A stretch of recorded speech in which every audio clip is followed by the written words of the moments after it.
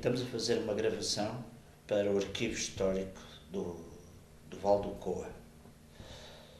Destina-se a ser colocado na internet mais tarde, parte só para investigadores e outra parte para o público, digamos, em geral. Está de acordo? Estou de acordo. Pronto. E agora queria que contasse a sua vida desde pequenina, desde a sua memória mais antiga, não é? Sim, sim. Às vezes é difícil saber se a memória é nossa ou se já é a memória dos nossos antepassados que nós adotamos como memória própria. Por exemplo, eu sou a filha mais velha de um homem cá da aldeia que casou com a regente, que era de Vila Franca das Navas, e viviam na escola primária, foi lá que eu nasci. Essa escola tinha sido mandada fazer pelo meu avô paterno. E uma coisa que é importante na história que vou contar também é que esse avô paterno adotou meu pai, porque de dois casamentos que ele teve, não teve filhos. E adotou meu pai quando ele já podia trabalhar. Portanto, acho que isso é importante. E meu pai só bebeu vinho depois de ter uvas das videiras que ele plantou e ia beber um copo à adega depois da refeição. O vinho não estava em cima da mesa. Bom, na altura em que eu nasci, ele já estava adotado, já tinha 31 anos e já trabalhava alguns terrenos que eram do pai dele, ou que lhe tinha dado, isso não sei. E tinha uma casa que era atrás da igreja, que agora está caída e é uma ruína. E minha mãe continuou a dar aulas, mas tinha tido uma educação muito diferente. Ela e as irmãs e o irmão tinham ficado órfãos muito, muito novos e a avó materna arranjou maneira de ir para Coimbra alugar uma casa grande para alugar quartos a estudantes, e todos os outros filhos tiraram o curso superior, só minha mãe é que não, porque ficou em casa a ajudar a mãe dela, por assim dizer. E quando os outros saíram de casa, ela estava sem curso superior e a única maneira de se tornar independente era dar aulas. Mas quando casou com este homem, o ordenado dela era ele que o recebia. E ela não era católica, era uma família também republicanos, não é? E não tinham nada a ver com a igreja. E muitas coisas foram-lhe proibidas pelo marido. Por exemplo, ir cortar o cabelo, comprar livros para ler. E com os anos ela foi-se habituando e teve, nós somos 6 irmãos, teve mais filhos. Depois lembro-me de andar na escola primária. Nessa altura ainda havia muita criançada, eram uns 30 ou 40, rapazes e raparigas. E nessa altura ainda as escolas não tinham retretes. Os rapazes iam a um terreno ao lado e as raparigas iam a uma ruína, sentavam-se numa varanda a ver quem mijava mais longe e pronto, ia-se a correr para a escola depois do intervalo. No inverno levávamos umas braseiras, umas caixas com brasas lá dentro em que se punham os pés em cima. Portanto, não havia aquecimento também na escola. E quando, portanto, fiz, era a primeira, a segunda, a terceira, a quarta classe.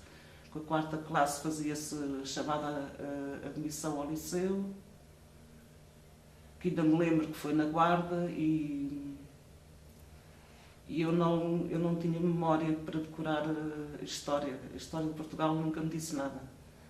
Porque eu hoje penso que sei porquê, porque não era a nossa história, era a história do cimo da pirâmide. E ela estava muito envergonhada por não saber aprender essas coisas. O que é certo é que fiz esses exames e passei. E fui para o Porto, para a casa de uma tia e da avó materna. Essa tia era professora de Física e Química, Matemática. E eu tinha que ir para o liceu, tinha que ir estudar, porque meu pai dizia que ele toda a vida comeu centeio para os filhos um dia poderem comer trigo. E aqui já também faço uma observação, porque eu prefiro o pão centeio, que eu já quase não encontro, do que o chamado trigo. Mas naquela altura era um símbolo talvez de riqueza ou de vida melhor, comer pão centeio. Portanto, é uma coisa que as pessoas também não aprenderam. Em vez de saborear, estavam a comer uma coisa que tinha um rótulo. E o pior para mim, penso eu, foi ter ido para o Porto viver para um terceiro andar, que era realmente como estar numa gaiola. Durante muitos anos eu sonhava, eram pesadelos, porque eu subia as escadas para o terceiro andar, nesse sonho, e havia sítios em que tinha que me baixar quase como um coelho para continuar para o andar de cima. Era realmente duro. Fiz o primeiro ano no Carolina Micaelas, que era um liceu só para raparigas. Tive más notas. A tia resolveu que então devia ir para uma escola. Pôs-me na Aurélia Sousa. Aí lembro-me que havia muitos trabalhos manuais e de resto esqueci tudo. E daí fui para a Soares dos Reis, que também era conhecida como Escola de Preparação para as Belas Artes. De resto, a tia também dizia que, já que não tinha cabeça para estudar outras coisas, que fosse tirar o curso, fosse para as Belas Artes, para depois ensinar desenho e possivelmente casar e ter família. Eu realmente fui para as Belas Artes, mas... E só vinha a casa, só tinha autorização de vir a casa nas férias grandes. E como naquela altura o telefone era muito caro, nem havia telefones cá, se quisesse alguma coisa escrevia um postal, porque era mais barato que uma carta. Que toda a gente lia, não é? Pelo caminho. Maria, como é que eram os transportes? Como é que se ia daqui para o Porto? Daqui para o Porto íamos de comboio, ia de cavalo do Feital até Vila Franca, com o meu pai, e em Vila Franca havia o comboio, que era preciso mudar na Pampilhosa, que demorava muito tempo, eu já não sei quantas horas. Comboio a carvão. E pronto, chegava ao Porto e alguém me ia buscar, também já não me lembro. E ia sozinha? Sim, ia sozinha. Que idade tinha quando fez a primeira viagem sozinha? A primeira viagem, não sei se eu fiz sozinha, não me lembro. Mas eu acho que já fiz os 10 anos no Porto. Aos 11 anos ia sozinha, sim. de Vila Franca das Naves até ao Porto. Alguém me ia buscar e iam-me levar. Mas Mas também não havia medo. Eu tinha medo era do barulho do comboio ou de coisas que não conhecia. Agora, ir sentada e esperar. Ainda se lembra o que é que comia quando eram miúdos? Como era a vida em casa? E como era a casa? Sim. A sua memória da casa, dos pais? Sim. Portanto, da escola onde nasci não tenho memória, sei como era, mas isso é posterior. A casa tinha 13 degraus de pedra, E entrava-se e no espaço logo a seguir à entrada tinha uma mesa grande e tinha uma imagem, uma reprodução da Nossa Senhora de Fátima impressa a azul com uma moldura pequenina de madeira. E essa mesa era a mesa dos trabalhadores e da criada, ou criado, porque até tinham uma mulher para ajudar nas coisas de casa e tinha um homem que ajudava no trabalho da terra. E a segunda divisão era a cozinha, do lado esquerdo, e do lado direito tinha outra mesa. Não sei se havia senhoras de Fátima na parede, não. E nessa mesa comiam os patrões e os filhos. E na lareira aberta que se cozinhavam, panelas de ferro.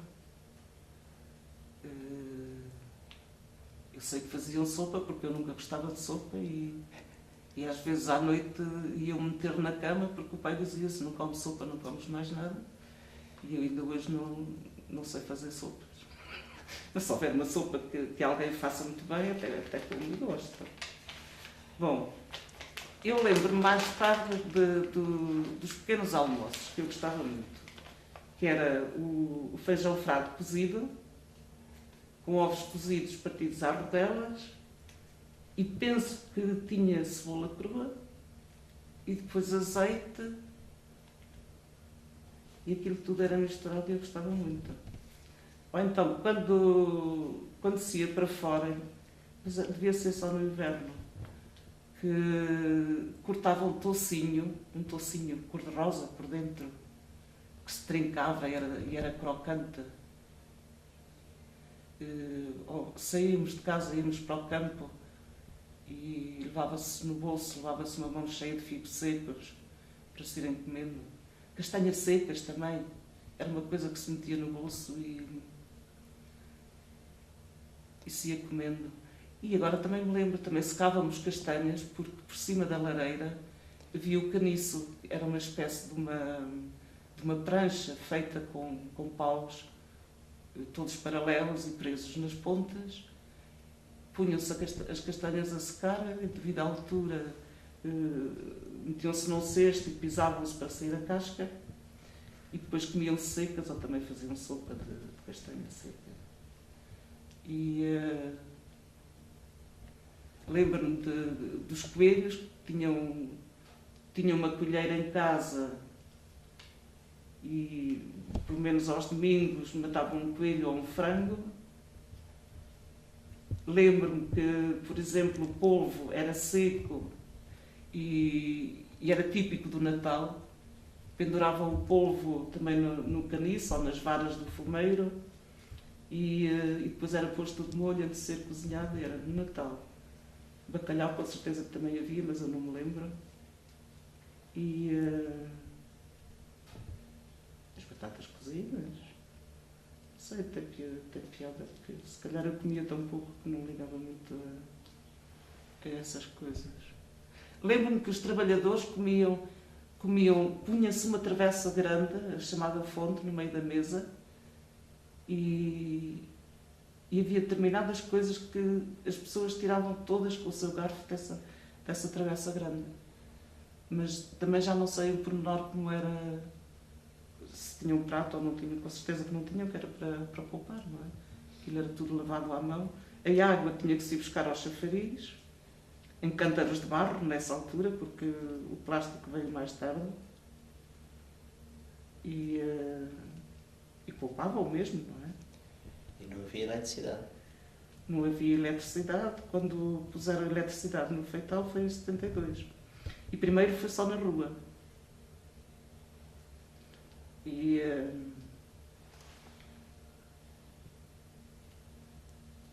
as pessoas continuavam com os candeeiros de petróleo.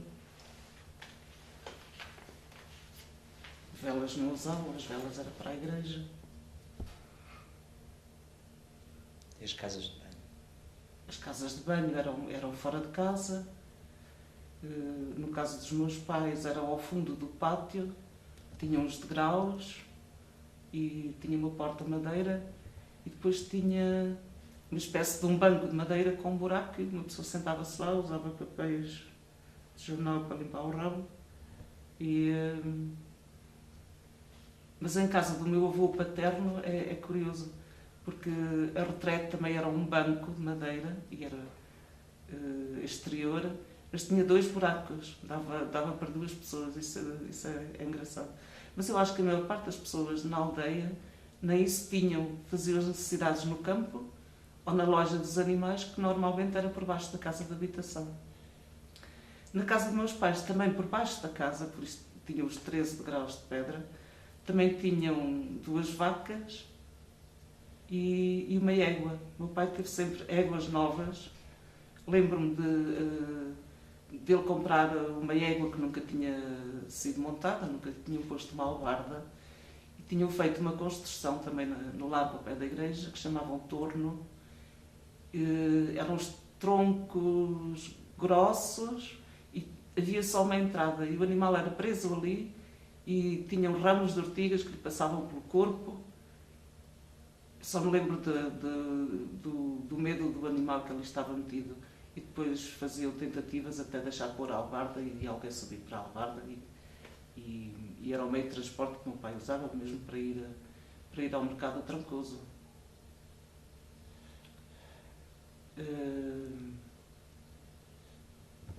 E eu gostava muito de andar a cavalo, porque eu lembro-me de ir, e a cavalo sem albarda, em pelo, como nós dizemos. Se meu pai me dissesse para ir buscar as vacas, ou levar as vacas a um lameiro, eu ia a cavalo na égua e metia a égua e as vacas no lameiro, que geralmente fica a cancela aberta, fecha-se quando os animais estão lá dentro, e depois voltava a pé para cima. E no verão, na hora do calor, também se iam buscar os animais. Também era eu que lá ia buscar a égua, levava umas folhas de couve, porque com o calor já há muitas moscas e o animal está muito excitado.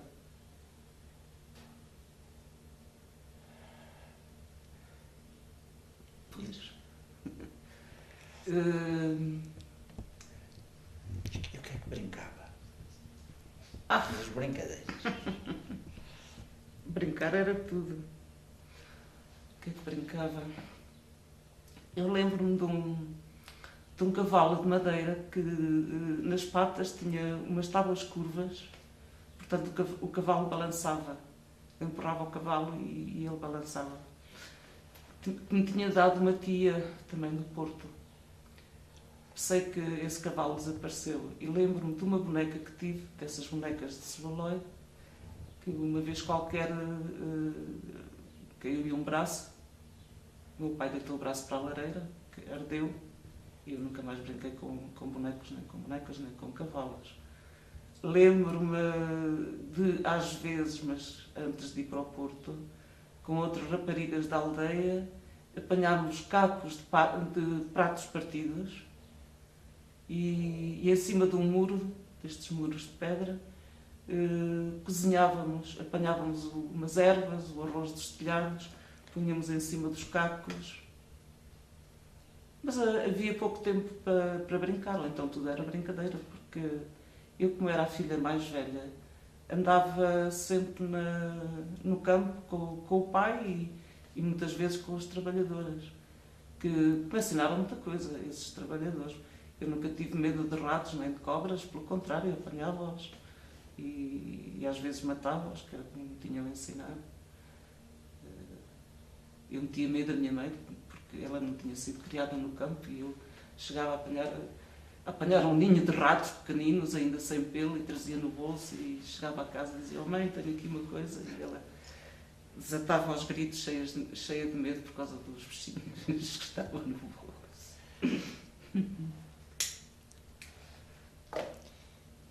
E a adolescência aqui? 16, 17 anos, bailes, namorados, festas. Pois, eu só vinha realmente nas férias de verão, que eram muito grandes naquela altura, eram mais de 2 meses. Namorados não podia ter, só às escondidas. A bailes não podia ir porque o pai não deixava. Mas uma coisa é o que se pode, outra coisa é o que se faz, não é? Eu lembro-me de esperar que o pai e a mãe fossem dormir e eu vestia umas calças do pai, punha um chapéu e deixava uma janela aberta para poder entrar em casa e ia para os bailes. Mas nenhum rapaz queria dançar comigo. Não sei se era por ser a filha de quem era ou se era por ir de calças. Então lembro que dançava com as outras raparigas. Agora, grandes festas não, porque o pai não deixava. Se houvesse um baile na rua, na aldeia, ele arranjava maneira de irmos para outro caminho. Por exemplo, não queria que fôssemos comer para a rua, porque podíamos encontrar crianças que tivessem fome e então ou se dava de comer às crianças ou então não se ia comer para o pé delas. Lembro-me de uma coisa que gostei muito. Eu livrei-me de fazer a primeira comunhão porque de madrugada meu pai foi-me acordar porque uma vaca estava parida.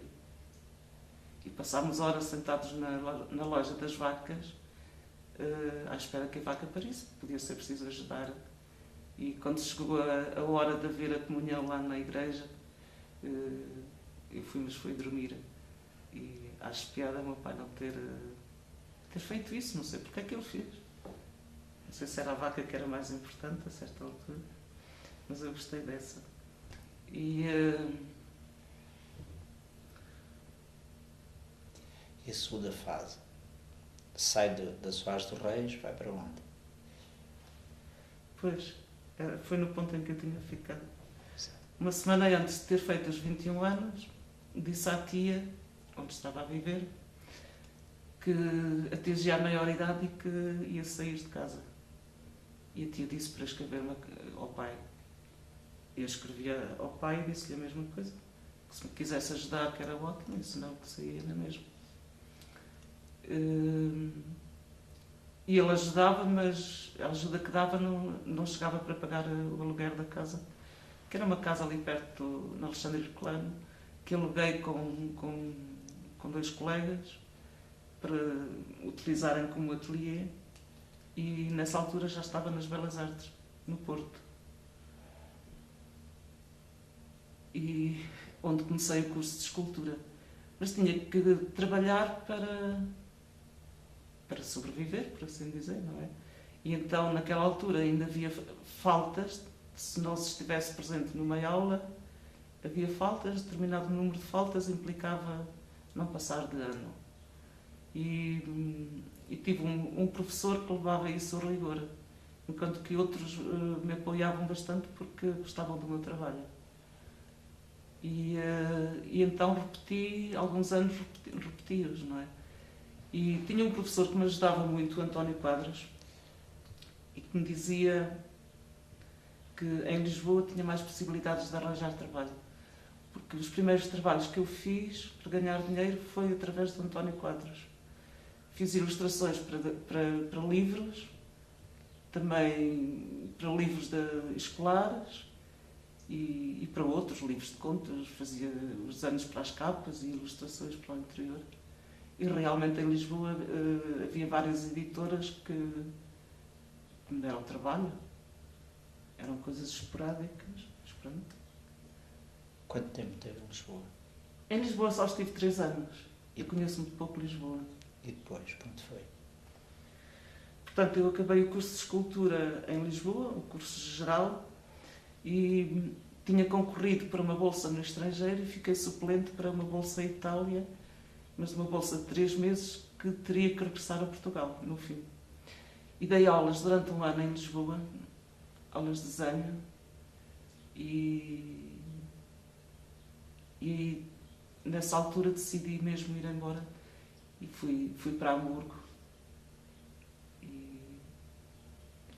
Em que ano foi, lembra-se? Lembro, foi em 70. Quer dizer, os últimos anos em Lisboa, apanhei 68, 69, o 68, o maio 68, que toda a gente conhecia, e cheguei a Hamburgo. Foi uma alegria muito grande porque encontrei pessoas com quem me identificava. Começou a haver o grupo das mulheres também na universidade e em todo lado. Em 74 eu estava na Associação Estudantil da Escola de Belas Artes e cheguei à escola, foi aí que eu soube do 25 de Abril. Enfim, foram tempos muito, muito interessantes. De vez em quando vinha à aldeia, ver os pais, ver a aldeia. De vez em quando, mas não todos os anos. E vinha por pouco tempo. Porque eu estava num sítio em que podia fazer o meu trabalho e só fui ao cabo é como hoje aqui. Eu estou aqui e consigo desenhar e fazer a escultura. Quanto tempo teve na Alemanha? Tive 27 anos em Hamburgo, de 70 a 77 como estudante, e depois, como eu não queria continuar a estudar ou a estudar outras coisas, tinha que mudar de curso, porque aquilo eu já tinha feito. Casei com um amigo que lá tinha e isso permitiu-me a autorização de residência. Não é? E viveu lá 27 anos. Como um imigrante. No fundo, como os outros que iam para lá trabalhar. Depois regressa à terra também como os imigrantes. Mas eu não sei, eu acho que os estudantes não têm estatuto de imigrante. Pois não. Não é? E eu tinha de trabalhar também nas férias e às vezes aos fins de semana para estudar. E logo no início eu dei conta que eu ganhava muito pouco porque não sabia o alemão. E havia desconto para a Igreja Católica. E pensei, mas então o que é isto? E foi à polícia de estrangeiros perguntar. E eles disseram, sim, porque todos os portugueses são católicos. E eu disse, bom, eu nunca entrei, sou batizada, fui batizada, mas não estou na Igreja Católica. E o que é preciso fazer para sair? Preenchi os formulários e saí da Igreja Católica neste... Oficialmente. Oficialmente, exatamente.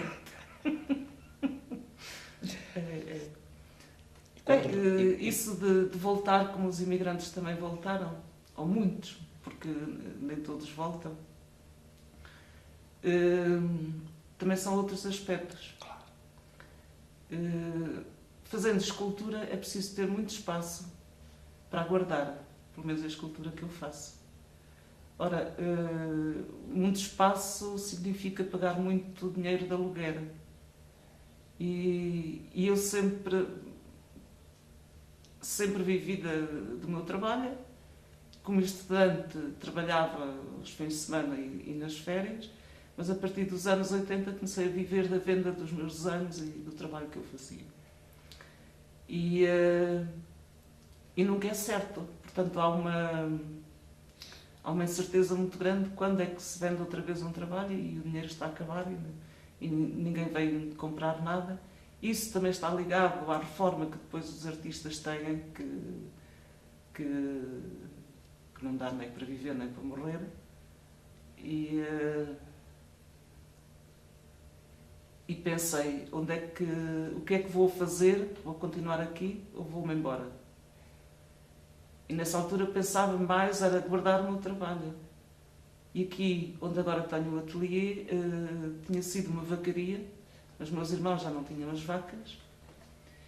E eu perguntei-lhe se era possível eu fazer obras na vacaria para guardar o trabalho e que talvez viesse viver para cá. Então isso foi possível. Fiz uma exposição de despedida em Hamburgo, em que me compraram imensos trabalhos. Com isso consegui construir isto tudo e vim. Há quantos anos está na sua terra? Portanto, fez 15 anos. Regressei em 97. E regressei e contra o isolamento tenho organizado simpósios internacionais de arte com artistas que eu convido, portugueses e estrangeiros, de 2 ou 3 países. E trabalham aqui, que fazem aqui uma residência de 3 semanas durante 2 anos, para não ser uma coisa de passagem, não é? E no segundo ano o trabalho deles é mostrado ao público, como exposição. Como é hoje a aldeia? Como é hoje a aldeia? Dessa menina que saiu daqui, quando regressa, se estabelece, vive aqui.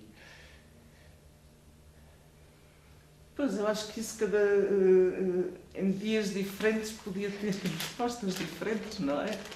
Porque acho que nem posso comparar.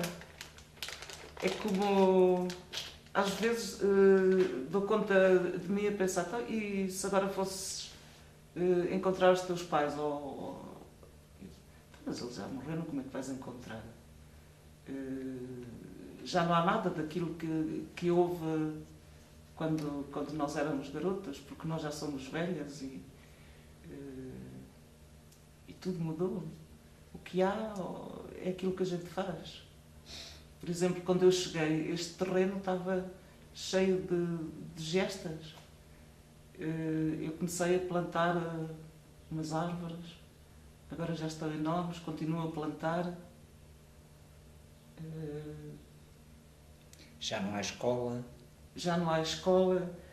Na escola está a viver uma amiga francesa que veio para cá, mas ela no inverno vai para Lisboa porque ela tem mais dificuldade do que eu em viver sozinha. E uma coisa que me custa é encontrar raparigas da minha idade ou mulheres da minha idade que agora estão cá e me dá a impressão que continuam a viver como viveram no tempo dos pais delas, com uma diferença. Hoje têm dinheiro e os pais na altura não tinham. Mas pouco aprenderam. Ou eu não sei o que é que aprenderam, não é? Se calhar aprenderam a ganhar dinheiro. Isto faz-me impressão, porque a aldeia falta a comunidade, o sentido de comunidade. Porque nós, pessoas, também somos como alguns animais que gostam de viver em grupo. E se cada um se fecha nas suas 4 paredes com a televisão, que eu acho muito má, que tira a possibilidade de pensar às pessoas, e que eu me recuso a ter, as pessoas serão bichos especiais.